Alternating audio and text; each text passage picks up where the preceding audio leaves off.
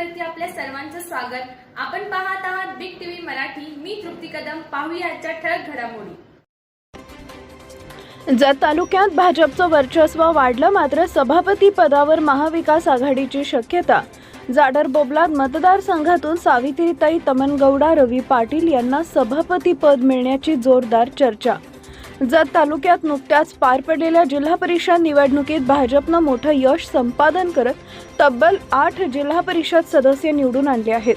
त्यामुळे तालुक्यात भाजपचे राजकीय वजन वाढल्याचं स्पष्ट झालंय।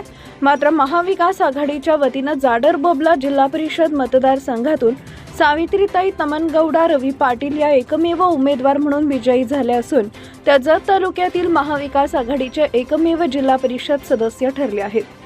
दरम्यान सांगली जिल्हा परिषदेत सत्ता स्थापनेसाठी भाजप व महाविकास आघाडी यांच्यात जोरदार रस्सीखेच सुरू आहे। या राजकीय घडामोडींच्या पार्श्वभूमीवर जाडर बोबलाद मतदारसंघातील नवनिर्वाचित सदस्य सावित्रीताई रवी पाटील यांना जिल्हा परिषद सभापती पद मिळण्याची शक्यता असल्याची खात्रीलायक चर्चा राजकीय वर्तुळात सुरू आहे।